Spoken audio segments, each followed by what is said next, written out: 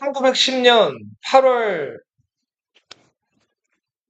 29일, 자, 우리나라 국권이 이제 일제에게 넘어가게 돼요. 그리고 45년 8월 15일, 일본이 항복을 선언하기까지, 이때가 이제 일제강점기인데, 네, 35년이죠, 정확하게.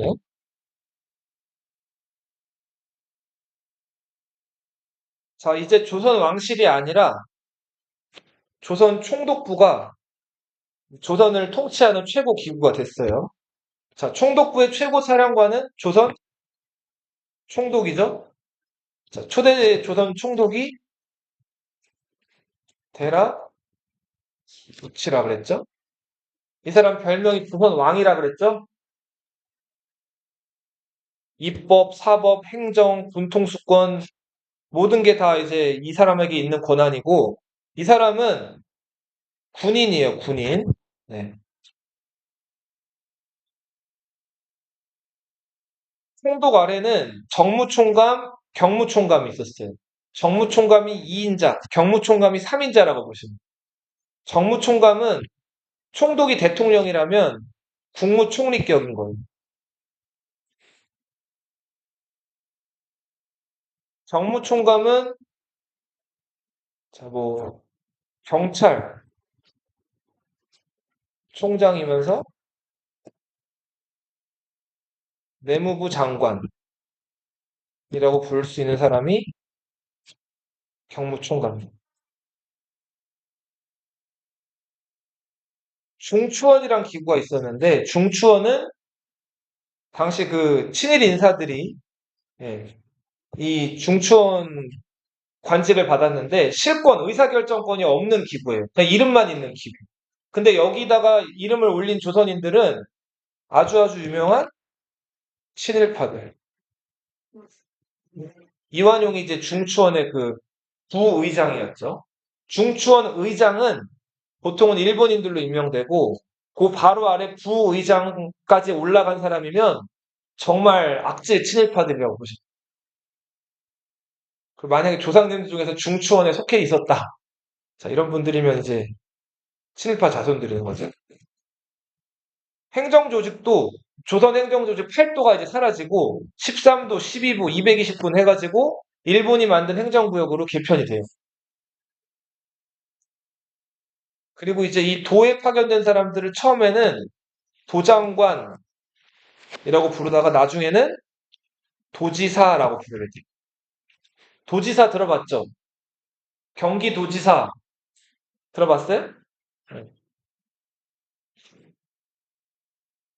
일제가 1910년대 조선을 통치했던 방식 따라 읽어보세요. 무슨 통치?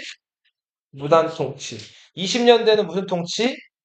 문화 통치. 30년대는 민족 말살 통치. 자, 38년 이후부터는 이제 국가 총동원령이라는 게 발표된 이후부터의 통치 방식인데,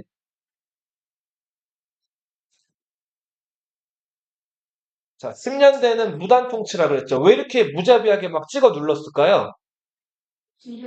그죠, 맞아요. 아, 좋은 지적이네요. 일단은 기를 죽이기 위해서. 이제 막 지배를 했잖아요. 그러니까 확 눌러놔야 될 거 아니에요. 자, 이렇게 해서 무자비하게 누르는데, 조선 경무청이 사라졌죠? 국권 피탈 전에. 그리고 대신에 조선 경찰을 누가 담당하는 거예요? 헌병. 헌병은 군인이죠?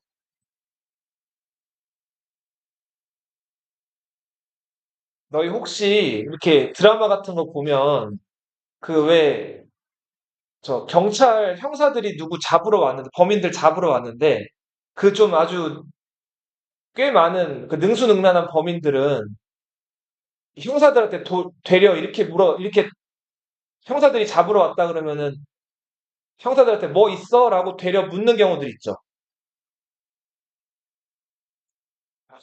예. 뭐라고 하죠? 그 지능적인 범인들이 형사들한테 뭐 갖고 왔어? 이렇게 물어보거든요. 수갑. 수갑도 수갑도 수갑인데 영장 가져왔어? 이런 얘기 하는 거 들어봤어요, 혹시? 그 영장이 없으면 그래. 수사를. 체포영장. 아, 네. 들어봤죠? 체포영장. 그러니까 체포를 하거나 체포해서 경찰서로 데려가거나 예, 아니면은 그 범인으로 의심되는 사람의 집에 들어가거나 이렇게 하려면 영장이라는 게 있어야 돼요. 그 영장은 누가 발부할까요? 경찰 위의 기관, 검찰에서 발부해요. 검찰에 있는 검사님들 있죠? 그 검사들이 경찰한테 그 용의자, 그러니까 범인에 대한 어떤 그런 그 보고를 받고 이 사람이 확실하게 범인이다라고 판단이 되면 검찰에 있는 검사가 형사들에게 영장을 발부하는 거예요. 그러면 경찰은 그 영장을 가지고 수사를 하러 갈 수가 있어요. 영장이 없으면 수사가 굉장히 제한돼요. 어. 그 사람을 용의자로 단정을 못 짓는 거기 때문에 그쵸. 피의자나 용의자로 놓고 신문할 수가 없어요. 근데 영장을 아무튼 발부해야지 보통은 수사가 가능한데 이 당시에는 영장 없이도 헌병 경찰들이 의심되는 조선인들이 있으면 잡아다가 가두거나 수사할 수가 있었다고. 이거를 직결처분권이라고. 뭐라고 그런다? 영장 없이 즉시 처벌할 수 있다는 거예요. 즉시 수사할 수 있거나 체포할 수 있는 거예요. 무서운 분위기 만들어야겠죠? 자, 관리들이나 공무원들이나 교원. 그러니까 이 교원이라고 하면은 교직원, 그죠? 누구예요? 대표적으로. 선생님들이 수업 들어갈 때 군인들이 입는 제복을 입어요. 그리고 저기 허리춤에 뭐를 찬다? 학교 선생님들이 칼 차고 들어온다고 생각해봐요. 어떨 것 같아요? 네, 그 칼,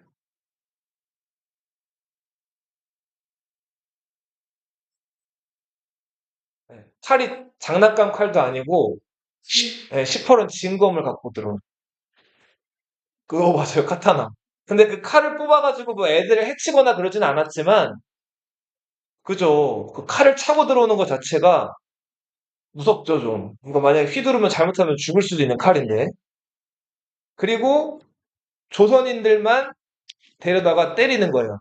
이게 조선 태형령. 아니죠. 아무나 때리는 건 아니고, 일본이 봤을 때 통치에 어긋나는 행동을 하거나, 뭔가 의심되는 행동을 한 사람들이 있으면 잡아다 가져서 때리는 건데,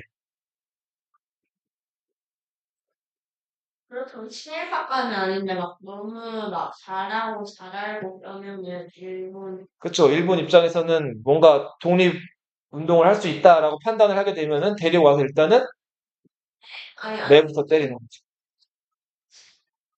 그래도 어떻게 해요? 이때 엉덩이를 다 오픈을 한 다음에 이제 때렸다고 하는데, 물을 뿌린 다음에 많이 때렸다 그래요.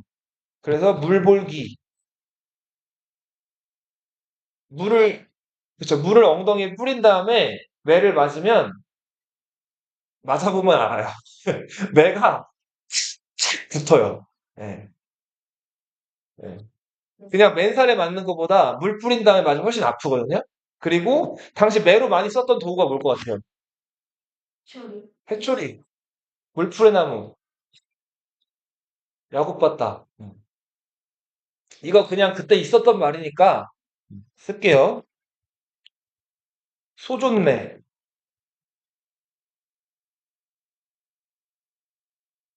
그 소의 그 있죠. 남자 그 소, 남자 소의 그 남자 성기를 이제 조시라고 부르거든요. 그게 좀 비속어인데 이거를 말려놓으면 이게 웬만한 쇠보다 딱딱해져요. 이게 크기도 크고 엄청 딱딱해진다 그래요. 그럼 이거를 들고 이걸 맞는 거예요. 소존매. 알아주세요. 네. 네. 네. 네. 조시라고 하는 건 이제 소의 성기를 얘기해요. 남자 성기. 네? 이게 이제 경우에 따라 다른데 한 대에서 보통 30대 사이. 멍드는 정도가 아니라 심각한 경우에는 물을 뿌린 다음에 한 대, 두 대 때리고 세 대를 때리면 여기 살이 묻어 나온다. 그리고 5대, 10대를 맞으면 심한 경우는 뼈가 보이는 경우도 있었다. 그러니까 장난이 아닌 거죠? 어떻게 때리는 거예요, 거의? 죽으라고 때리는 거예요. 자, 그래서 이거 맞은 다음에, 이 매 맞은 다음에 여기 이제 이게 치료가 잘 안 돼서 죽는 사람도 많았다 그래. 그걸 장독이라고 하거든요. 곤장을 맞아가지고 생긴 독. 장독 때문에 죽는 사람들이 많았다. 어? 뭐라고요? 아무나 때리는 건 아니고, 조선인들인데 범법자, 뭐 도둑질을 했거나, 아니면은 교통 질서를 어겼거나, 아니면 방금 얘기한 그 독립운동 관련된 일본에게 저항하는 활동을 했거나, 이런 문제가 있는 사람들 잡아다 때리는 거예요. 네. 일본 아이랑 일본 아이 쓰러지는 명령은 그 일본이 친하게 지내는 거 가지고 처벌하지는 않았겠지만, 문제가 생기면은 조선인들만 데려다 처벌하는 거예요. 네. 막 앞에서 막 사람들 보는 앞에서 엉덩이를 다 내린 다음에 맨살을 때리는 거예요. 그렇죠. 이게 엎드리는 것 자체가 되게 수치스러운 일인데, 사람들 앞에서 엉덩이도 다 맨살을 보이는 거예요.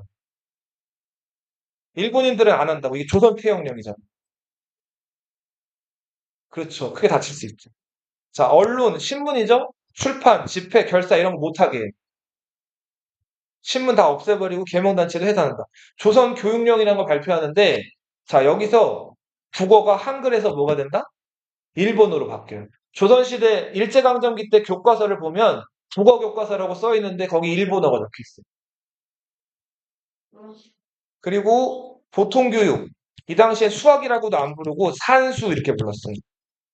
하나, 둘, 셋, 넷. 그 더하기, 빼기 이런 것들 있죠? 사칙연산 가르치는 정도로 끝. 그 이상으로 방정식이나 뭐 고등 수학에서 배울 수 있는 것들은 가르치지 않았다. 네. 실업교육은 이제 공장에서 일할 수 있는 거. 그런 기본 능력들을 가르쳤다. 그리고 너희 지금 초등학교 몇 년 다니죠? 6년 다니죠? 얘네들은 이때는 4년 다녔고 소학교라고 부르지도 않고 무슨 학교라고 불렀어요? 그런 고등학교 자, 20년대 들어서는 이제 문화 통치가 시작되는데 요건 알아두셔야죠. 1차 세계대전 아까 얘기했죠?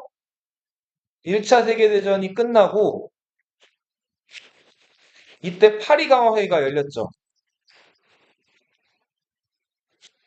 자, 여기서 미국 대통령 우드로 윌슨이 얘기했던 거. 자기 민족의 일은 누가 스스로 결정해라? 자기들이 스스로 결정해라 이거죠. 자, 근데 민족 자결주의는 사실은 진 나라 식민지에만 적용되는 얘기인데 조선은 승전국의 식민지, 일본의 식민지였기 때문에 이게 해당은 안 되는 얘기였지만 당시 조선 지식인들과 민족들이 여기에 이제 영향을 받아가지고 일으킨 운동이 무슨 운동이에요? 3.1 운동이죠. 자, 3.1 운동으로 전국적인 만세 시위가 일어나면서 이 당시 그 일본이 이걸 무자비하게 진압을 해요. 총칼로 진압을 하는데 자, 우리 민족의 저력을 봤어요. 너무 찍어 누르기만 하면은 또 이런 일이 일어나지 말라는 보장이 없죠. 자, 그리고 때마침 일본에서도 당시 다이쇼 데모크라시라고 해가지고 민주주의 열풍이 일고 있었다 그랬죠? 그래서 요때 이제 일본이 통치 방식을 바꿔요. 20년대 들어서 이름하여 무슨 통치? 문화 통치가 실시된다. 한편 3.1 운동은 2달여 만에 진압이 됐어요. 3.1 운동의 열기를 이어갈 조직이 필요하다고 생각해서 해외에 뭐가 만들어져요? 상하이에 임시정부가 만들어지죠. 문화통치 내용 보세요. 자, 총독. 원래는 군인만 임명되도록 했는데 이제는 문관도 임명이 되도록 했어요. 자, 그래서 임명된 총독을 봤는데 여전히 문관이 아니라 누구? 군인이 임명이 돼요. 해군 총독이었던 사이토 마코토. 원래 육군만 총독을 하다가 해군이 한번 온 거예요. 해군도 민간인이에요, 군인이에요. 경찰 제도는 이제 헌병 경찰 제도가 사라져요. 군인이 경찰을 겸직하는 게 없어지고 이제 보통 경찰 제도로 바뀌었어요. 근데 오히려 경찰 숫자가 어떻게 됐을까요? 3배로 늘어요. 경찰서도 더 많아지고 파출소, 주재소라고 했거든요. 이것도 더 많아진다. 고등경찰제. 왜 그냥 도둑질하거나 뭐 교통법규 위반하거나 뭐 아니면 뭐 폭행이라든지 그냥 간단한 기본적인 이런 범죄들을 경범죄라고 하거든요. 이 경범죄들을 처벌하는 것들은 고등경찰이 필요가 없어요. 근데 문제는 자, 이제 조선인들을 모아가지고 독립운동을 삐한다거나 자, 이런 것들 일본 입장에서는 자, 위험한 범인들이죠. 이런 범인들을 잡기 위해서 고등경찰제를 만들어요. 사상범 이런 사람들 잡으려고. 근데 봐, 이 일본인들 생각은 이거였어요. 조선인 마음을 조선인이 잘할까요? 일본인들이 잘할까요? 조선인 마음은 조선인들이 잘 알겠죠? 그래서 이 고등경찰제에서 고등경찰로 임명된 사람들은 대부분 어느 나라 사람들이었다? 그죠? 친일파겠죠. 실파이 척하면서 일단 군사회의에 가가지고 엄청난 그런 경우도 있었죠. 밀정이라고 하죠. 그런 사람들. 자, 그래서 그죠? 예. 많은 조선인들이 이 고등경찰에 다 들어가고 싶어 했다 그래요. 여기 들어가면 일단 뭐 할 거야? 조선인 만약에 범죄자 잡아오면 뭐 할까요? 자주 뭐부터 할까요? 일단은 고등경찰이 제일 잘하는 게 뭘까요? 이 사람들은 고문 전문가예요. 근데 조선인을 국진하는 거 좋아하는 조선인이 출세하려면.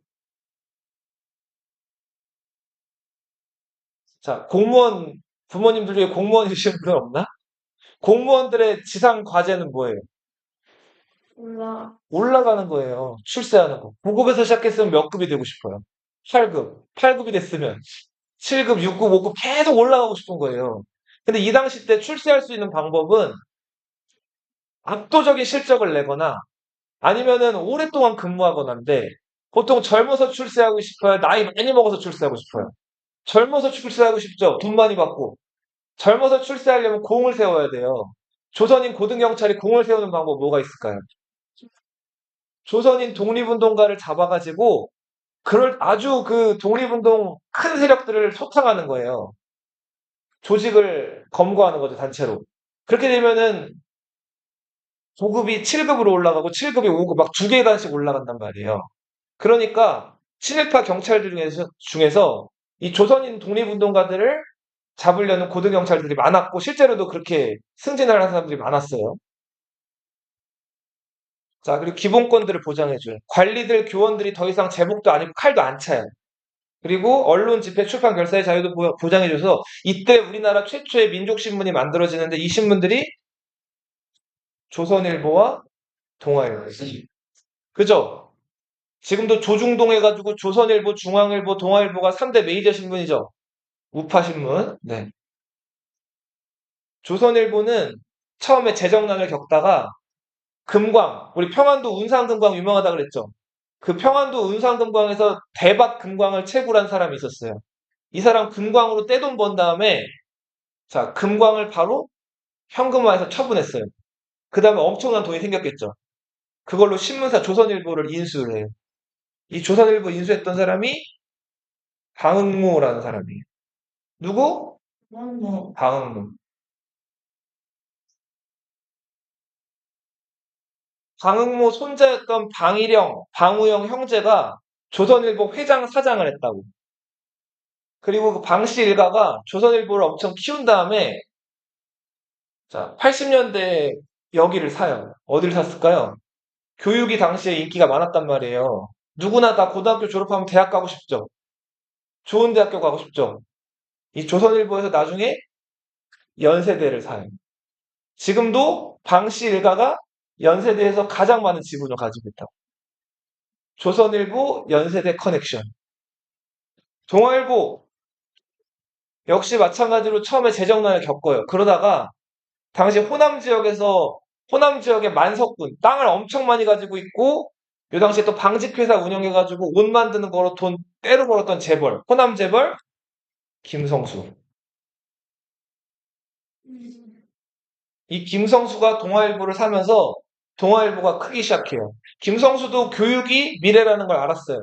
자, 김성수가 보성 전문이라는 학교를 사는데 이름을 해방 이후에 고려대학교로 바꿔. 자, 동아일보 어디 커넥션? 고려대 커넥션. 지금 고려대 이사장이 김성수 증손자들이. 동아일보 이사장이랑 사장 발행인이 김성수 증손자들이. 이 조선일보 방씨가 동아일보 김성수. 그럼 조선일보, 동아일보 또 신문사 하나 어디 있다 그랬었지? 중앙일보는 1960년대 만들어지거든요. 박정희 대통령이 기업인들 불러다가 이렇게 기부금 형태로 기업인들 솔직히 말하면 삥을 많이 뜯었어요. 대신에 삥 뜯어간 만큼 기업인들한테 뭘 줬을까요? 일을 주는 거예요, 일을. 삼성에서 해봐. 현대에서 해봐. 그러면 삼성 현대는 박정희 대통령한테 10억, 20억씩 큰 돈 바치고 나서 사업할 수 있는 허가를 따내는 거예요. 그럼 그때부터 이제 그 사업들을 시작해가지고 지금까지 키워온 거예요.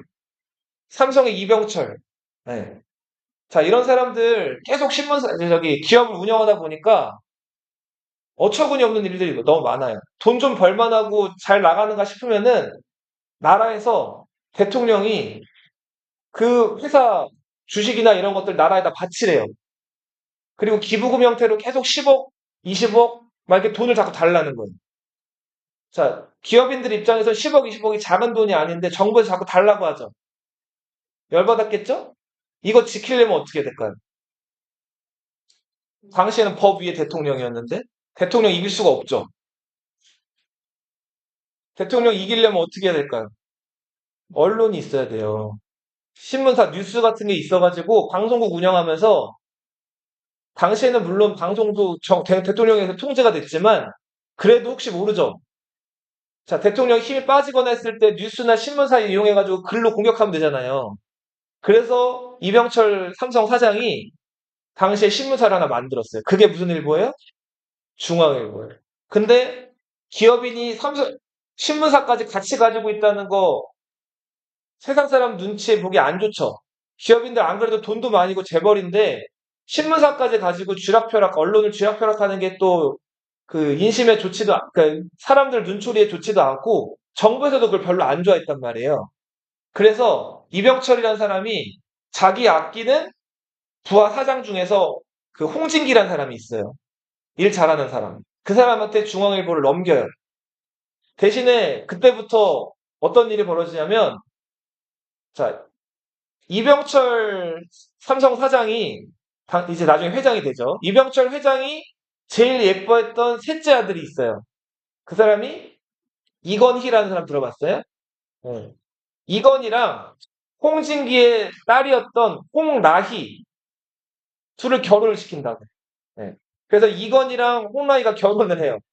삼성 중앙일보 커넥션이. 네. 그리고 이병철 회장이 봤을 때 교육이 미래인 거예요. 그래서 성균관대학교라는 대학교를 인수를 하게 된다고. 삼성, 성균관대, 중앙일보 세 개 커넥션이 있어요. 그래서 중앙일보에서 항상 대학 순위를 발표하면 서울대 다음에 성균관대가 오는 경우가 많아요. 연고대가 있는데도. 자기네 눈에 물 죽이죠.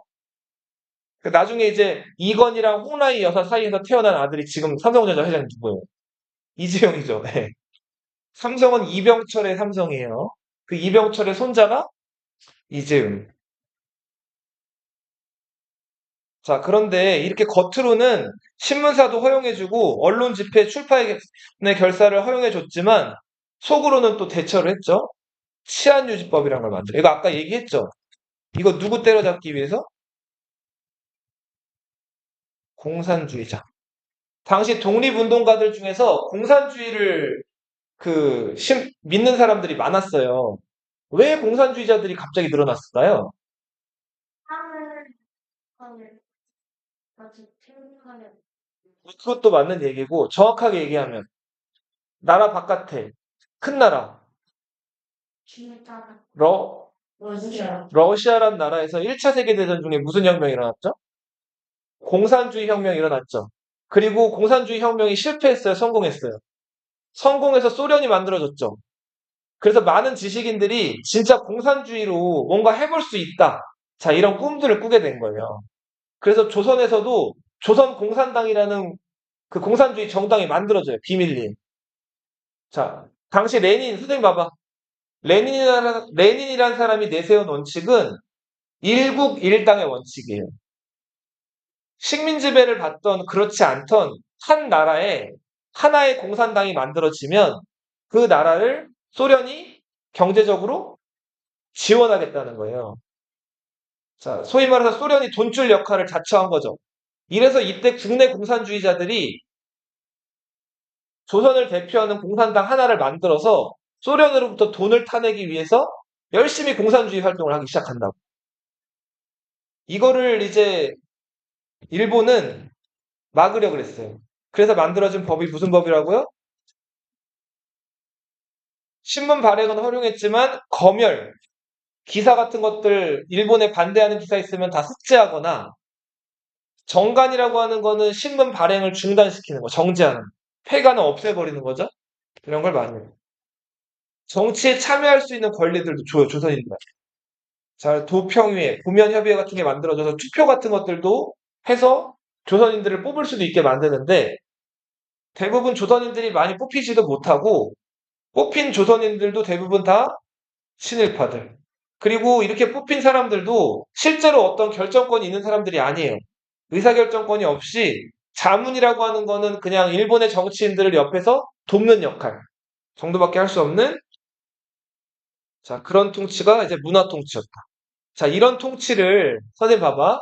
겉으로는 여러 가지를 허용해 주지만 실제로는 그렇지가 않죠. 이렇게 누굴 속이는 거를 좀 어려운 말로 기만이라고 불러요. 뭐라고 부른다고요? 기만.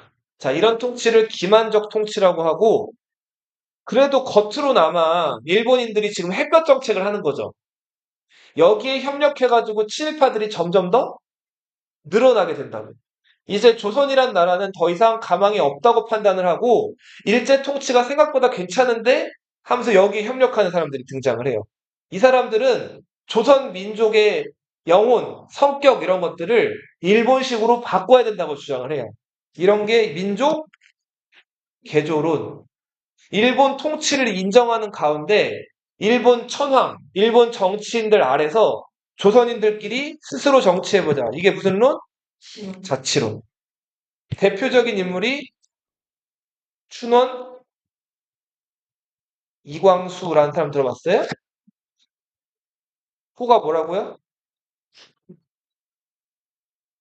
자, 일제강점기 때 활약했던 대표적인 친일 문학가 두 명을 꼽으라면 육당, 육당,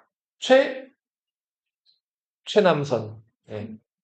기미독립선언서까지 써준 아주 명문장가이면서 역사가였는데 그 얼마 안 있다가 문화통치 시기에 바로 친일로 넘어가요. 남자. 육당 최남선. 그리고 무정이라는 소설을 히트시켰던 유명한 소설가예요. 일본의 와세다 대학교. 우리나라 연세대 고려대 유명하죠? 일본은 와세다 게이오예요. 1등은 동경대. 와세다에서 일찍이 유학하고 동아일보 김성수의 친구이기도 했던 춘원 이광수. 대표적인 친일 인물. 네.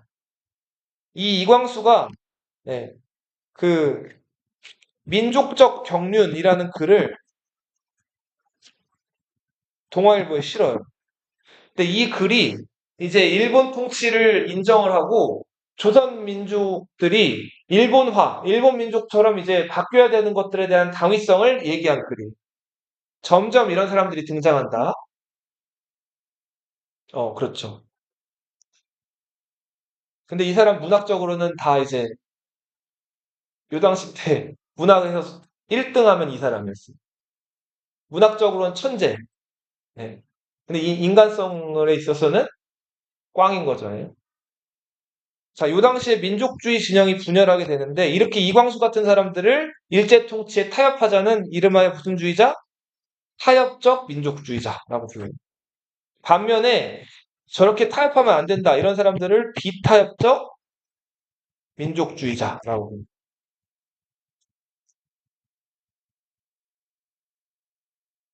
자, 2차 조선 교육령이 문화통치 시기에 이제 내려져요. 자, 그래서 학교도 늘어나요. 3면 1교에서 1면 1교로 해서 학교도 늘어나고 보통 학교 수업 연한도 지금처럼 몇 년으로 4년에서 6년으로 늘어나요. 그리고 고등교육기관, 너희들 알고 있는 고등학교는 중등교육기관이에요. 네. 그리고 지금 고등교육기관이 대학이에요. 고등교육기관을 못 만들게 했었는데 법적으로 이제 조선인들이 돈만 있으면은 고등교육기관도 만들 수 있게 된 거예요. 네. 당시에 조선에 대학이 없었단 말이에요. 자, 근데 학교도 늘어나고 학교에서 가르치는 기간도 늘어났지만 유상교육이라 가지고 오히려 취학률이 예전보다 떨어져요. 그래서 학교에 진학하지 못하는 학생들이 더 많아지고 대학이 설립 가능해졌지만 이제 막상 대학을 만들려고 지식인들이 모여가지고 모금 운동을 벌인단 말이에요. 자, 이게 밀립대학 설립 운동이에요. 구호는 이거였어요. 한민족 1천만이 한 사람이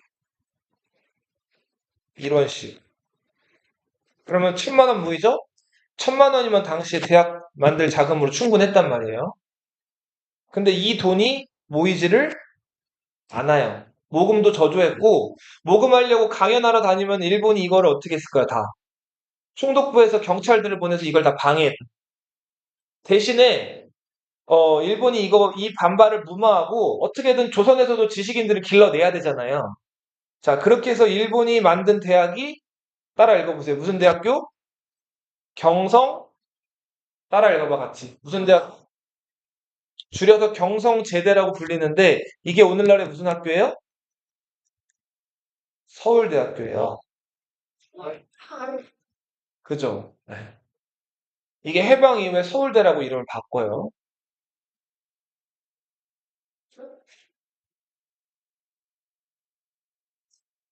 자, 30년대 있어서는 이제 30년대 넘어가기 직전에 미국에서 경제 대공황이 있었죠.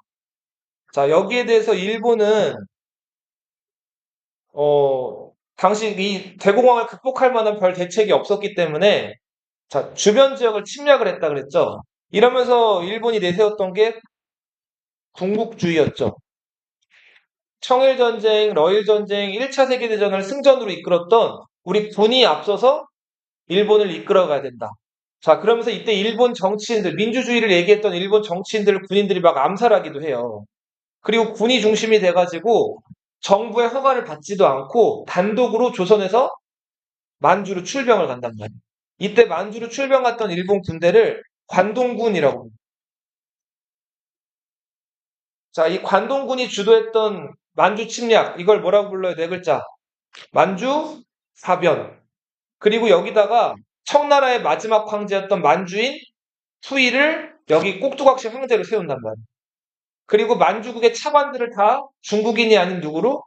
일본인들로 임명해요. 이렇게 일본이 조종하는 꼭두각시 나라들을 선생님 봐봐. 자, 인형 있으면 여기다가 끈 매달아 놓고 뒤에서 인형 이렇게 조종하는 것들 본 적 있어? 인형극? 어. 그 인형극 할 때 쓰이는 그 인형을 괴뢰라고. 만주국은 만주인들, 중국인들이 스스로 세운 나라예요? 아니면 일본이 조종하는 괴뢰국이에요? 괴뢰국이죠. 국제연맹에서 지적을 하니까 왜 일본인들이 만주에 나라를 세워? 바로 상하이를 또 공격하죠. 이때 우리 한인애국단, 임시정부의 윤봉길이 폭탄으로 일본인 대장을 죽였죠? 자, 그죠. 도시락 폭탄으로 알려져 있는데 물통 폭탄. 맞아요. 네. 자, 윤봉길이 여기서 이렇게 의거를 일으킨 다음에 임시정부가 상하이에서 더 이상 활동하기 어려웠겠죠. 그리고 중국 당시 그 국민당 정부도 여기서 활동하기 어려웠기 때문에 이때부터 상하이에서 여러 지역을 거쳐서 중국 내륙 깊숙이 저 산골짜기로 숨어 들어가요. 저기 뭐야. 서윤이 좋아하는 그 삼국지. 삼국지 유비 제갈량 총나라 기억나죠? 그 총나라 다 산골지대죠. 그 산골짜기 있는 도시 충칭. 네. 임시정부가 이때 일본의 추격을 피해가지고 충칭으로 옮겨가게 돼요. 자, 일본은 여기 굴하지 않고 북경을 공격해 들어가요. 자, 이게 중일전쟁. 북경을 함락한 다음에 5개월 만에 난징을 함락하고 여기 있는 사람들도 무자비로 죽이죠. 이렇게 묻지도 따지지도 않고 사람들 막 민간인들 무자비하게 죽이는 거를 홀로코스트라고 불러요. 나치의 유대인 학살이 대표적이죠. 이렇게 침략 전쟁에 동원하려면 조선인들을 정신적으로도 조선인들이 일본인들을 따르게 만들어야 되겠죠. 자, 일본 정신의 중심이 누구 있어요? 제일 위에 있는 사람. 자, 너희도 천왕국의 신하와 백성이 되라. 30년대 일본의 정책은 황국 신민화 정책. 조선인들의 민족성을 완전히 없애는, 지우는 작업. 이런 통치를 30년대 무슨 통치라고 불러요? 민족치라고 불러요. 일본인들은 강, 바다, 그리고 자기들이 좋아하는 인기 있는 사람, 여기저기 이런 심지어 살아있는 사람들도 신들로 섬겨요. 네, 그리고는 뭐 돌, 뭐 모래, 자 이런 것에도 그 신성이 깃들어 있다고 믿어가지고 이런 것들을 모시는 사당을 만들어 놓는데 이 잡신들을 모셔놓은 사당을 신사라고 불러요. 일본 전통이죠. 네. 자 그리고는 이 일본인들이 하는 전통인데 신사에 가가지고 때가 되면은 절을 하거나 예를 표하게 한다는 거예요. 이게 그 유명한 신사 참배. 그리고 12시가, 낮 12시가 되면은, 요맘때가 되면 사이렌이 울려요. 그러면은 천황이 있는 궁성, 그 교토의 궁성을 향해 가지고 허리를 숙여 가지고 그 절하게 인사를 하게 만드는 거예요. 이게 궁성 요배. 천왕국의 신민이면 반드시 외워야 될 이야기. 황국 신민의 서사. 이런 것들을 제정해서 외우게 한다. 너희 지금 국기에 대한 맹세 이런 거 외우나? 선생님 때는 애국가 부르기 전에 그 국기에 대한 맹세를 이렇게 외우게끔 했었거든요. 조금씩 희미해지긴 했지만 지금은 아예 안 외우게 하죠. 자, 그런 것들을 나라에서 강요를 했단 말이에요. 내선일체가 무슨 뜻일까요? 내선일체. 내가 뭘까요? 내지. 조는, 선은 조선. 내지는 일본이고, 조선은 조선이죠? 일본과 조선이 하나다. 일본과 조선이 조상이 같다. 자, 이런 얘기들을 선전한다. 자, 3차 교육령 보세요. 3차 교육령 보면은 이제 조선어랑 조선사가 선택 과목이 돼요. 선택을 할 수도 있고 안 할 수도 있는 거예요. 국어가. 보통학교는 소학교로, 고등보통학교는 중학교로, 여자 고등보통학교는 고등여학교로 올려주는데 일본인들이랑 똑같이 학제가 바뀌어요. 이거 조선인들 조라고 한 거예요? 조선인들 보고 이제는 뭐가 되라는 거예요? 일본인이 되라는 거죠. 자, 마지막에 40년대, 38년부터 일제 폐망할 때까지. 자, 이때는 국가총동원법이 실시된 이후에요. 자, 나라에서 모든 것들, 인적 자원, 물적 자원, 여러 가지들을 다 가져가기 위해서 만든 법이고, 이 법이 만들어져서 조선에서 이것저것을 다 가져가요. 자, 심지어는 조선인들 먹는 숟가락, 젓가락, 그, 쇠붙이들 있죠? 총알을 만들 때 그 철들이 부족해지니까, 자, 그런 식기류 같은 것들도 가져가고, 그리고 조선인 농부들이 생산한 쌀이 있으면은, 자, 농사 지은 것들 그거 좀 끝나고 해, 끝나고. 자, 그런 것들 그 수확을 하면 농민들이 가져가야 되잖아요. 근데 수확한 쌀이나 이런 것들을 먼저 총독부에서 가져가요. 그 다음에 다시 조선 농민들에게 나눠주는데 많이 줬을까요? 조금 줬겠죠? 자, 그런 식으로 동원체제를 강화하고요. 일본이 중국을 침략하다가 손을 대기 시작한 게 어디예요? 베트남은 어느 나라 식민지였죠? 그리고 옆에 미얀마, 이거 어느 나라 식민지? 영국, 인도네시아, 필리핀. 자, 이렇게 동남아시아 여러 나라들을 긴장을 시키면서 이 나라들이 그동안 일본이 막 난징 공격해 들어가서 중국인들 무자비하게 죽일 때는 모른 척하고 오히려 석유를 팔거나 무기를 팔았어요. 근데 정작 자기네 나라 식민지가 공격당하니까 어떻게 해요? 이제 석유랑 무기를 안 팔기 시작하는 거예요. 일본 입장에서는 석유 무기 이제 없으면 전쟁 그만하라는 얘기인데 그만 안 하고 오히려 미국을 공격했다 그랬죠? 태평양 전쟁이 시작이 됐어요. 어리석죠. 군인들 몇 명이 주도한 거예요. 일본인들 전체가 다 어리석진 않았겠죠. 근데 힘을 가지고 있는 군인들이 이렇게 멍청한 선택을 한 거예요. 네. 자, 그렇게 해서 조선일보, 동아일보가 이때 폐간이 돼요. 대신에 이제 당시 사장이었던 방응무는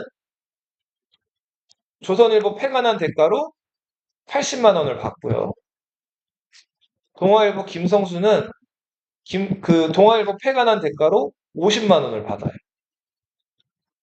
조선일보가 사이즈가 더 컸다는 걸 알 수가 있죠. 조선 사상범 예방 부분. 사상범이라고 하는 사람들은 사상이 이제 머릿속에 있는 생각이나 어떤 이런 것들 얘기하죠. 대표적으로 다 누구 잡으려고 만든 거였을까요? 조선어 학회, 우리말을 연구하는 주시경 선생 제자들이 만든 조선어 학회라는 단체가 있었는데, 이 조선어 학회를 너희들 지금 일제 통치를 위협했어.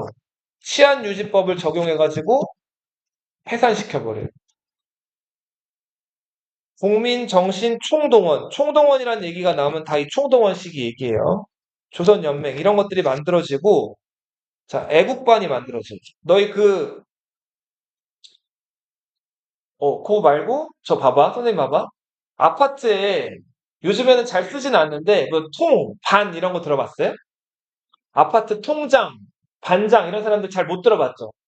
선생님도 어렸을 때 이 얘기를 조금 그 마을 주민들이 하다가 선생님 이제 중학교, 고등학교 들어갈 무렵부터 그 얘기를 거의 안 하게 됐어요. 근데 지금도 만약에 주민센터 가가지고 우리가 몇 통 몇 반에 속해 있는지를 조회해보면 그게 다 나와요. 어. 그래서 예전에는 그 보통 아파트 한 동 있죠? 그 한 동이 보통 한 반이에요. 그럼 아파트 주민들 전체가 그 아파트 동의 이익을 위해서 모이는 거예요. 네, 맞아요. 그 커뮤니티 센터라고 요즘에는 영어로 돼 있는데 예전에는 그걸 이제 반이라고 불렀어요. 반. 한 반. 그러면은 그 반에 뭐 주민들이 다 모여가지고 뭐 분기별로 한 번, 혹은 반년에 한 번씩 모여서 회의를 한단 말이에요. 예, 맞아요. 커뮤니티 센터에서 모이잖아요. 예. 그게 이제 반상회의. 자, 이게 선생님 어렸을 때 90년대, 2000년대 초반까지도 있어 오다가 요즘엔 거의 안 하거든요? 예전에는 이 반상회에 때마다 참여를 못하면 엄마가 못 가면은 벌금을 내야 됐어요. 막, 주로. 예. 근데 이 당시 때 이게 만들어진 거예요. 이거 애국반 만들어진 다음에 이 애국반에서 뭐 할까요? 어떻게 하면은 전쟁에 보낼 물자나 인적 자원을 동원할지 그런 거를 주민들끼리 모여서 회의를 시키는 거예요. 그렇게 해서 누구네 집에서 얼마 내고 누구네 집에서 얼마 내고 이런 것들을 결정하는 그 회의가 반상회인데 이런 거를 여는 애국반이라는 게 만들어지고 이름을 또 자, 우리 이름을 이제 못 쓰게 하고 일본인 성씨를 만들고 일본인 이름을 쓰게 한 거. 이걸 뭐라고 한다? 네. 그래서 뭐 여러 사람들이 이제 일본인들로 이름을 바꾸게 되죠. 박정희 군인이었다 그랬죠? 일본 군. 네. 다카키 마사오. 윤치호. 이 사람 저 뭐야 신민회에서도 활약했던 사람이거든요. 독립협회 신민회 이런 거 활약했던 사람인데 친일파로 전향한 다음에 이름을 바꾸는데 이 사람 이름을 치호라는 또 이름 남겨요. 그래서 이름이 좀 이상해지는데 이동치호 이렇게 바뀌어요. 이름이. 이동치호 뭐 이렇게. 이광수 문학적으로는 천재라 그랬죠? 인성은 꽝, 가야마 미스로. 자 이런 식으로 이름을 바꾸게 돼요. 향상광랑 한글로 쓰면. 국민총력조선연맹 이런 단체가 만들어져서 조선에서 이것저것을 다 수탈해갔다. 국민학교령. 자, 이제 소학교가 이름을 뭐로 바꾸게 된다?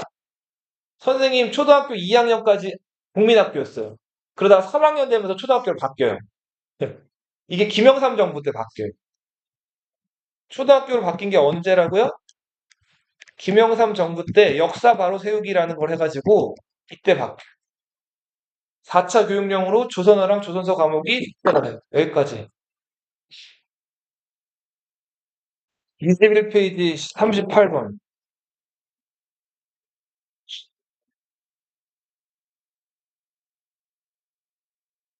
네, 넘어가세요.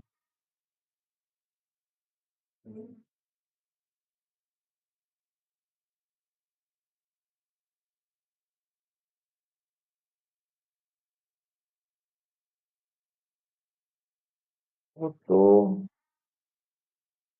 33페이지 38번.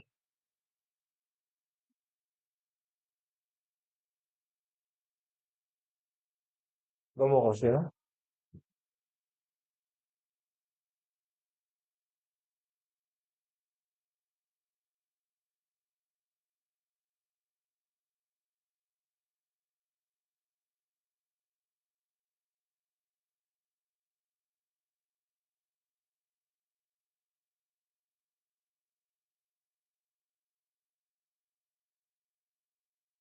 사6페이지 40번. 46페이지 40번.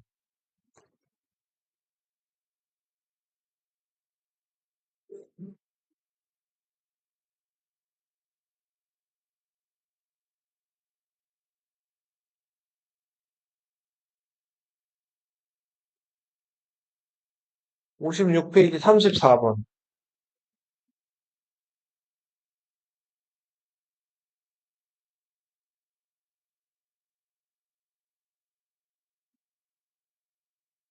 넘어가세요.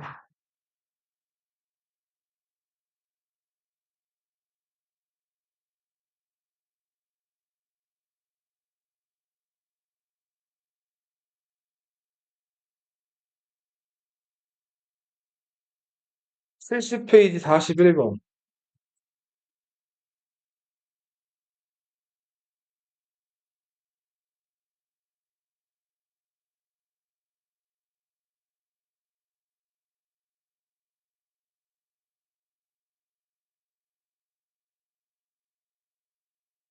까지.